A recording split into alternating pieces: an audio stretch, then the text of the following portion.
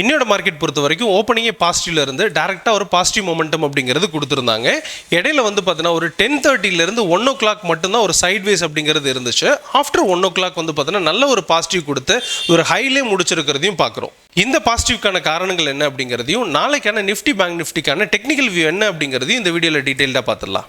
நீங்கள் இன்னைக்கு எவ்வளோ ப்ராஃபிட் பண்ணீங்க, உங்களோட பொசிஷன் என்ன அப்படிங்கிறத கமெண்ட் செக்ஷனில் கமெண்ட் பண்ணுங்கள். நம்ம ட்ரேட் எம்பரருக்கான டெலிகிராம் அண்ட் வாட்ஸ்அப் குரூப்புக்கான லிங்க் டிஸ்கிரிப்ஷனில் கொடுக்குறேன், தேவைப்படுறவங்க ஜாயின் பண்ணிக்கோங்க. Hello everyone, this is Jagadishwaran, founder of Trade Emperor.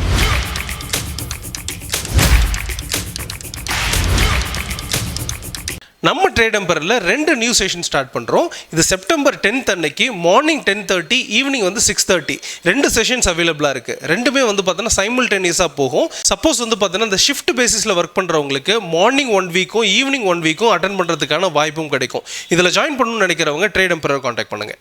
இன்றைக்கி நிஃப்டியை பொறுத்தவரை ஓப்பனிங்கே ஒரு சின்ன கேப் அப்பில் இருந்துச்சு. அங்கேருந்து பாசிட்டிவ் ஸ்டார்ட் பண்ண மார்க்கெட் வந்து பார்த்தீங்கன்னா அரௌண்ட் 24,500 560 இந்த ரேஞ்ச் வரைக்கும் போயிட்டு ஒரு சின்னதாக டவுன் ஆக ஆரம்பித்தாங்க. அரௌண்ட் 10:30லலாம் ஒரு ஸ்ட்ராங் சப்போர்ட்டோட ப்ரைஸ் மேலே போக ஆரம்பிச்சது. அதுக்கு முக்கியமான ரீசன் என்ன அப்படின்னு பார்த்தோன்னா உங்களுக்கு பிஎம்ஐ டேட்டா வந்துருந்துச்சு 10:30 டைமில். ஸோ இதில் வந்து பார்த்தீங்கன்னா நம்ம ஆல்ரெடி இருக்கக்கூடிய டேட்டா அப்படிங்கிறது 59.1 இருக்குது. எக்ஸ்பெக்ட் பண்ணது 59.8. அதாவது வந்து பார்த்தீங்கன்னா ரொம்ப அதிகமான எக்ஸ்பெக்டேஷன்ஸ் இருந்துச்சு. பட் இருந்தாலுமே வந்து பார்த்தீங்கன்னா நமக்கு வந்த டேட்டா 59.3 நெகட்டிவ் டேட்டாவோட வந்திருக்கு கம்பேர்டு வித் எக்ஸ்பெக்டேஷனோட கம்பேர் பண்ணும்போது. அப்படி பார்க்கும்போது கொஞ்சம் நெகட்டிவாக இருந்தாலுமே ப்ரீவியஸாக இருக்கக்கூடிய டேட்டாவை கம்பேர் பண்ணும்போது ஒரு பெட்டரான டேட்டா அப்படிங்கிறதுனால மார்க்கெட் வந்து பார்த்தீங்கன்னா பாசிட்டிவாக மூவ் ஆக ஆரம்பித்தாங்க. இருந்தாலுமே ஒரு சின்ன ஸ்ட்ரகிள் அப்படிங்கிறது இருந்ததை பார்க்க முடிஞ்சது. ஆஃப்டர் வந்து பார்த்தீங்கன்னா ஒரு 12:45க்கு மேலே வந்து பார்த்தீங்கன்னா ஒரு நல்ல ஒரு பாசிட்டிவ் மொமெண்டம் அப்படிங்கிறது கொடுத்தாங்க. பர்ஃபெக்டாக வந்து பார்த்தீங்கன்னா 12:45க்கு தான் யூரோப்பியன் மார்க்கெட் ஓப்பன் ஆக ஆரம்பிக்குது. அங்கே வந்து பார்த்தீங்கன்னா ஒரு நல்ல கேப் அப் ஒரு பாசிட்டிவ் இருந்ததை பார்க்க முடிஞ்சது. அதோட ரிஃப்ளெக்ஷன்ஸ் வந்து பார்த்தீங்கன்னா இந்தியன் மார்க்கெட்லையுமே ரிஃப்ளெக்ட் ஆனதை பார்க்க முடிஞ்சது. அங்கேருந்து பாசிட்டிவ் போன மார்க்கெட் வந்து பார்த்தீங்கன்னா கிளியராகவே மேலே போக ஆரம்பித்தாங்க. அரௌண்ட் வந்து பார்த்தீங்கன்னா 24,624 இந்த ரேஞ்சில் போயிருக்கிறத பார்க்க முடிஞ்சது. அரௌண்ட் 198 பாயிண்ட் பாசிட்டிவ்ல இருந்ததையும் பார்க்குறோம். ஆக்சுவலாக இதுக்கு முக்கியமான காரணம் என்ன அப்படின்னு பார்த்தோன்னா உங்களுக்கு 2 முக்கியமான ரீசன். ஒன்று வந்து பார்த்தோன்னா யூஎஸ் கோர்ட் வந்து ட்ரம்ப் கொடுக்கக்கூடிய இந்த டேரிஃப் ஹைக் அப்படிங்கிறது ஒரு இல்லீகல் அப்படின்னு சொல்லிட்டு அவங்கள கொடுத்துருக்காங்க. இது வந்து பார்த்தீங்கன்னா மற்ற கண்ட்ரிக்கு எல்லாமே ஒரு பாசிட்டிவாக இருக்குது. பட் இருந்தாலுமே வந்து பார்த்தீங்கன்னா இது அக்டோபர் வரைக்குமே சேம் டேரிஃப் தான் இருக்கும் அப்படிங்கிறதையும் அனௌன்ஸ் பண்ணியிருக்காங்க. இது ஒரு பாசிட்டிவ் நியூஸாக இருக்குது அப்படின்றத புரிஞ்சுக்கலாம். இது இல்லாமல் பார்த்தீங்கன்னா இன்றைக்கி ஆட்டோ சேல்ஸ் டேட்டா அப்படிங்கிறது வந்திருக்கு. ஆக்சுவலாக வந்து பார்த்தீங்கன்னா உங்களுக்கு 2 வீலரோட சேல்ஸ் வந்து ரொம்பவே நல்லா பெர்ஃபார்ம் பண்ணியிருக்காங்க அப்படின்னு சொல்ல முடியும். அரௌண்ட் வந்து பார்த்தீங்கன்னா 15லேருந்து ஒரு 20% ஆவரேஜ் க்ரோத் அப்படிங்கிறது கொடுத்துருக்காங்க. இது இல்லாமல் வந்து பார்த்தீங்கன்னா கார் சேல்ஸ் நம்பர்ஸ் இருக்கு இல்லையா, இது கொஞ்சம் மிக்சடாக இருக்குது. மாருதி M&M இது ரெண்டுமே நல்ல பெர்ஃபார்மன்ஸ் அப்படிங்கிறது கொடுத்துருக்காங்க. அரௌண்ட் 5 to 9% அப்படிங்கிறது க்ரோத் கொடுத்துருக்காங்க. டாடா அண்ட் ஹுண்டா இது ரெண்டுமே கொஞ்சம் நெகட்டிவ் ரிப்போர்ட்டை கொடுத்துருக்காங்க. ஒரு மிக்சடு ரிப்போர்ட் வந்திருந்தாலுமே ஒரு பாசிட்டிவ் ஃபார் த மார்க்கெட் அப்படின்னு சொல்லி புரிஞ்சுக்க முடியும். ஸோ ஃபர்தராக இது எப்படி இருக்கும் அப்படிங்கிறத பார்த்துடலாம். அதுக்கு முன்னாடி நம்ம என்ன சொல்லியிருக்கோம் அப்படிங்கிறத புரிஞ்சுட்டு வந்துடலாம். இருக்கக்கூடிய சப்ளை ஜோன் 1 பிரேக் பண்ணுச்சுன்னா ஒரு சின்னதாக வந்து பார்த்தீங்கன்னா டேர்ன் ஆகிறதுக்கான வாய்ப்பு அப்படிங்கிறது இருக்குது. இந்த ரேஞ்ச் அப்படிங்கிறது ஒரு ரிஸ்கான ஏரியாவாக நம்ம ஐடென்டிஃபை பண்ணுறோம். சப்போஸ் இந்த சப்ளை ஜோன் 2 அப்படிங்கிறத பிரேக் பண்ணுச்சுன்னா அதாவது 24,573க்கு மேலே ரொம்பவே ஸ்ட்ராங் ஆகிடும் அப்படிங்கிறது புரிஞ்சுக்கலாம். அண்ட் இமீடியட்டாக வந்து பார்த்தீங்கன்னா டைரக்ஷன்ஸ் அப்படிங்கிறது மாறிட்டு அப் டு 25,150 வரை போகிறதுக்கான டைரக்ஷன்ஸ் எடுத்திருக்கும். ஸோ இமீடியட்டாக அதோட ப்ரைஸ் வந்து பார்த்தீங்கன்னா ஒரு சின்ன அப் ட்ரெண்டை கிரியேட் பண்ணும். சே ஃபார் எக்ஸாம்பிள் வந்து பார்த்தீங்கன்னா இமீடியட்டாக 24,650லேருந்து 700 எடுத்துகிட்டு திரும்ப ஒரு சின்ன கரெக்ஷன் கொடுத்து மேலே போகிறதுக்கான வாய்ப்பு இருக்குது அப்படிங்கிறது புரிஞ்சுக்கலாம். இது பொறுத்த வரைக்கும் நம்ம 3 வியூ கொடுத்துருந்தோம். மார்க்கெட் பொறுத்த வரைக்கும் பார்த்தீங்கன்னா ஃபர்தராக கீழே இறங்கணும் அப்படின்றதையும் கொடுத்துருந்தோம். சப்போஸ் வந்து பார்த்தீங்கன்னா சப்ளை ஜோன் இந்த ஜோனுக்கு மேலே இருக்கிற பட்சத்தில் ஒரு ரிஸ்கான ஏரியாக்குள்ளார என்டர் ஆகும். அது வந்து பார்த்தீங்கன்னா அப் டு சப்ளை ஜோன் 2க்குள்ளார வந்துட்டு அதுக்கு மேலே சஸ்டெயின் ஆச்சுன்னா கொஞ்சம் ஸ்ட்ரென்தன் ஆகிடும். ப்ரைஸ் வந்து பார்த்தீங்கன்னா ஃபர்தராக மேலே போகிறதுக்கான டேரக்ஷன்ஸ் எடுத்திருக்கோம் அப்படிங்கிறத நம்ம புரிஞ்சுக்கிறோம். ஸோ மார்க்கெட் வந்து பார்த்தீங்கன்னா முடியும் போது நல்ல ஒரு பாசிட்டிவ்ல முடிச்சிருக்காங்க அப்படிங்கிறதையும் பார்க்குறோம். இது ஃபர்தராக எப்படி இருக்கும் அப்படிங்கிறத பார்த்துலாம். அதுக்கு முன்னாடி ஓப்பன் இன்ட்ரெஸ்ட் வேர்ல்டு மார்க்கெட் ரெண்டுமே அனலைஸ் பண்ணிடலாம். வேர்ல்டு மார்க்கெட் பொறுத்தவரை யூரோப்பியன் கண்ட்ரி பொறுத்த வரைக்கும் கேப் அப்பில் ஓப்பன் ஆகிட்டு கீழே இறங்கிட்டு இருக்கு அப்படின்னு சொல்லலாம். இதோட கண்டினியூஷன்ஸ் யூஎஸில் ரிஃப்ளெக்ட் ஆகணும். பட் இன்னைக்கு யூஎஸ் கனடா எல்லாமே வந்து பார்த்தீங்கன்னா லேபர் டேங்கிறதுனால ஹாலிடேவாகவும் இருக்குது அப்படிங்கிறது புரிஞ்சுக்கிறோம். பட் இதோட கண்டினியூஷன்ஸ் இருந்துகிட்டு தான் இருக்கும். அப்படின்னும் போது யூஎஸ் மார்க்கெட்ஸ் எல்லாமே சேர்த்துட்டு வந்து பார்த்தீங்கன்னா உங்களுக்கு பாசிட்டிவ் ஓப்பன் ஆகி கீழே இறங்கிறதுக்கான வாய்ப்பு இருக்குது.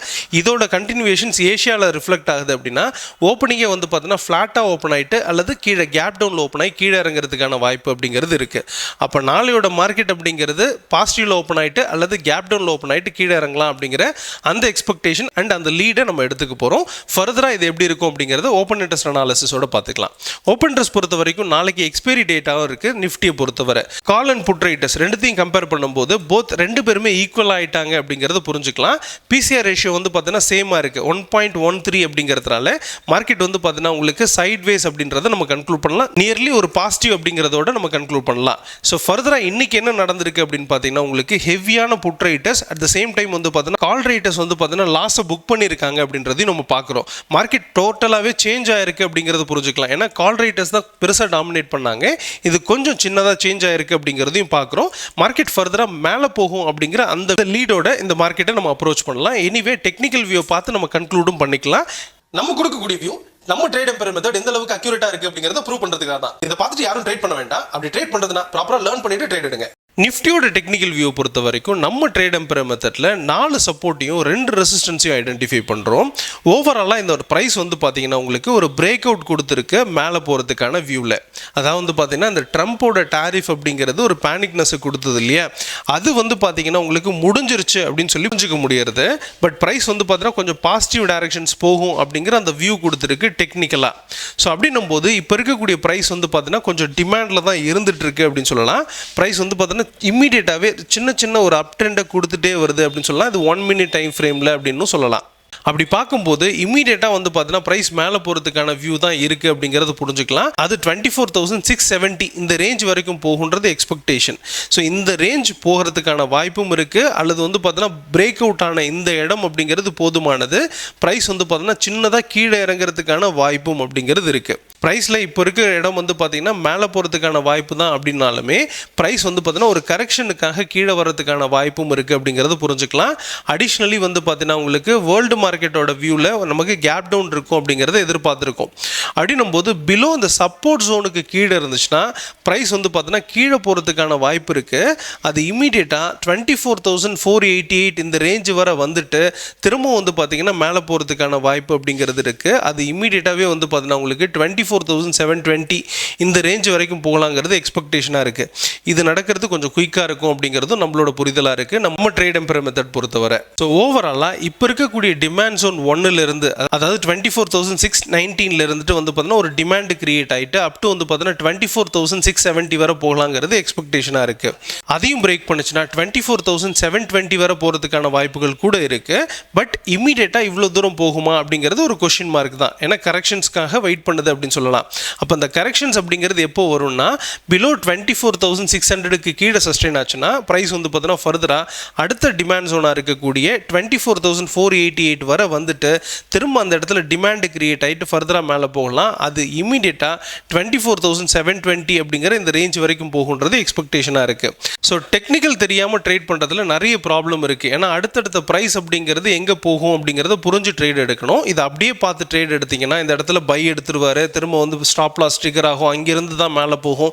இந்த மாதிரியான ப்ராப்ளம்லாம் ஃபேஸ் பண்ணுறதுக்கான வாய்ப்பு இருக்குது. அதனால தான் இண்டிபெண்ட்டாக அனலைஸ் பண்ணிவிட்டு நீங்களே ட்ரேட் பண்ணணும் அப்படிங்கிறத ரெகுலராக சொல்லிட்டு வரும். நம்ம ட்ரேட் எம்பையர் மெத்தட் எந்த அளவுக்கு அக்யூரஸியாக இருக்குது அப்படிங்கிறத ப்ராப்பராக அண்டர்ஸ்டாண்ட் பண்ணுங்கள். அதுக்கப்புறம் வந்து பார்த்தீங்கன்னா நம்ம கோர்ஸை தெரிஞ்சுக்கலாம் அப்படிங்கிறதுக்காக தான் இந்த வியூவே கொடுக்குறோம். ஸோ நீங்களும் அதை ஜாயின் பண்ணிவிட்டு யூஸ் பண்ணிக்கோங்க. பேங்க் நிஃப்டியை பொறுத்தவரை ஃப்ளாட்டாக ஓப்பன் ஆன மார்க்கெட் வந்து பார்த்தீங்கன்னா அங்கேருந்து ஒரு பாசிட்டிவ் மொமெண்டம் அப்படிங்கிறது கொடுத்தாங்க. ஃபர்தராக மேலே போன ப்ரைஸ் வந்து பார்த்தீங்கன்னா நியர் 53,993 இந்த ரேஞ்ச் வர போனது திரும்ப கீழே இறங்க ஆரம்பிச்சது. அண்ட் பெரிய லெவலில் கீழேயும் இறங்காமல் நியர் வந்து பார்த்தீங்கன்னா உங்களுக்கு 53,750 இந்த ரேஞ்ச் வரைக்கும் வந்த ப்ரைஸ் வந்து பார்த்தீங்கன்னா ஒரு சின்ன ரெக்கவரியும் கொடுத்துருக்காங்க. அண்ட் மார்னிங் போன ஹை கிட்ட வந்து பார்த்தீங்கன்னா மார்க்கெட் பீக்கு கொடுத்துட்டு அங்கேயே வந்து முடிச்சிருக்கிறதையும் பார்க்குறோம். இதை பொறுத்த வரைக்கும் நம்ம என்ன சொல்லியிருந்தோம்னா இது 53,885க்கு பிரேக் பண்ணுற பட்சத்தில் ஒரு சின்னதாக வந்து பார்த்தீங்கன்னா ஒரு பாசிட்டிவ் மொமெண்டம் அப்படிங்கிறது வரலாம். அப் டு வந்து பார்த்தீங்கன்னா 54,080 இந்த ரேஞ்ச் வரைக்கும் வரதுக்கான வாய்ப்பு இருக்குது. பட் இது வந்து பார்த்தீங்கன்னா ரிஸ்கான ஜோனாக இருக்குது அப்படிங்கிறத புரிஞ்சுக்கலாம். இதை பொறுத்த வரைக்கும் நம்ம 3 வியூ கொடுத்துருந்தோம். மார்க்கெட் வந்து பார்த்தீங்கன்னா சப்ளை ஜோன் கிட்ட, அதாவது சப்ளை ஜோன் 1 கிட்ட போயிட்டு கீழே வரும் அப்படிங்கிறத நம்ம எதிர்பார்த்துருந்தோம். அந்த ரேஞ்சை பிரேக் ஆச்சுன்னா ஃபர்தராக வந்து பார்த்தீங்கன்னா ஒரு சைட்வேஸ் ஏரியா அல்லது ரிஸ்கான ஏரியாக்குள்ளார என்டர் ஆகும் அப்படிங்கிறதையும் புரிஞ்சிருக்கும். ப்ரைஸ் வந்து பார்த்தீங்கன்னா அதுக்குள்ளார என்டர் ஆனது ஒரு சைட்வேஸ் கொடுத்துருக்கிறத பார்க்க முடிஞ்சது. அண்ட் கீழே வந்தாலுமே வந்து பார்த்தீங்கன்னா திரும்பவும் அதுக்குள்ளார என்டர் ஆனதை பார்க்க முடிஞ்சது. இது ஒரு ரிஸ்கான ஏரியா அப்படிங்கிறதுனால இந்த இடத்துல ஒரு பெரிய டெசிஷன் நம்ம எடுத்துருக்க கூடாது, எடுக்கவும் மாட்டோம் அப்படிங்கிறத புரிஞ்சுக்கிறோம். எனிவே இது ஃபர்தராக எப்படி இருக்கும் அப்படிங்கிறத பார்த்துலாம். அதுக்கு முன்னாடி ஓப்பன் இன்ட்ரெஸ்ட் ரேட்டாக அனலைஸ் பண்ணிடலாம். ஓப்பன் இன்ட்ரெஸ்ட் பொறுத்த வரைக்கும் பார்த்தீங்கன்னா உங்களுக்கு கால் அண்ட் புட் ரைட்டர்ஸ் ரெண்டு பேருமே கொஞ்சம் ஈக்குவலாக ஆகிட்டாங்க அப்படிங்கிறது பார்க்குறோம். ஓவராலாக கொஞ்சம் கால் ரைட்டர்ஸோட டாமினேஷன்ஸ் ரொம்ப அதிகமாக இருக்குது அப்படிங்கிறது புரிஞ்சுக்கிறோம். அதுதான் பிசிஆர் ரேஷியோவும் கன்ஃபார்ம் பண்ணது 0.89 அப்படிங்கிறதுனால மார்க்கெட் ஸ்லைட்லி பியரிஷ் அல்லது வந்து பார்த்தீங்கன்னா சைட் வேஸ் அப்படின்னு சொல்லலாம். அண்ட் இன்னியை பொறுத்தவரை வந்து பார்த்தீங்கன்னா call and put writers compare பண்ணும்போது ரெண்டு பேருமே ஈக்குவலாக தான் இருக்காங்க.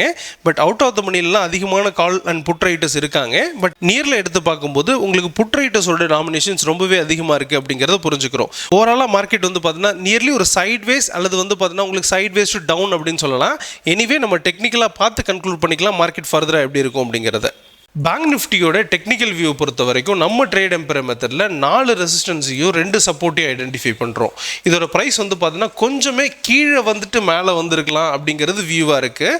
நியர் வந்து பார்த்தீங்கன்னா உங்களுக்கு 53,400 இந்த ரேஞ்சில் வந்துட்டு வந்து பார்த்தீங்கன்னா ப்ரைஸ் சப்போர்ட் எடுத்துருக்கிறதுக்கான வாய்ப்பு இருக்குது. பட் அவ்வளோ தூரம் வராமல் சின்னதாக வந்து பார்த்தீங்கன்னா உங்களுக்கு டிமாண்ட் கிரியேட் ஆகிட்டு மேலே வந்துருக்கிறத பார்க்குறோம். ஸோ ப்ரைஸ் வந்து பார்த்தீங்கன்னா நல்லா மேலே வரதுக்கு இமீடியட்டாக கன்ஃபர்மேஷன் கொடுத்துருச்சா நிஃப்டி மாதிரி அப்படின்னா பார்த்தீங்கன்னா இல்லை அப்படின்னு சொல்லலாம்.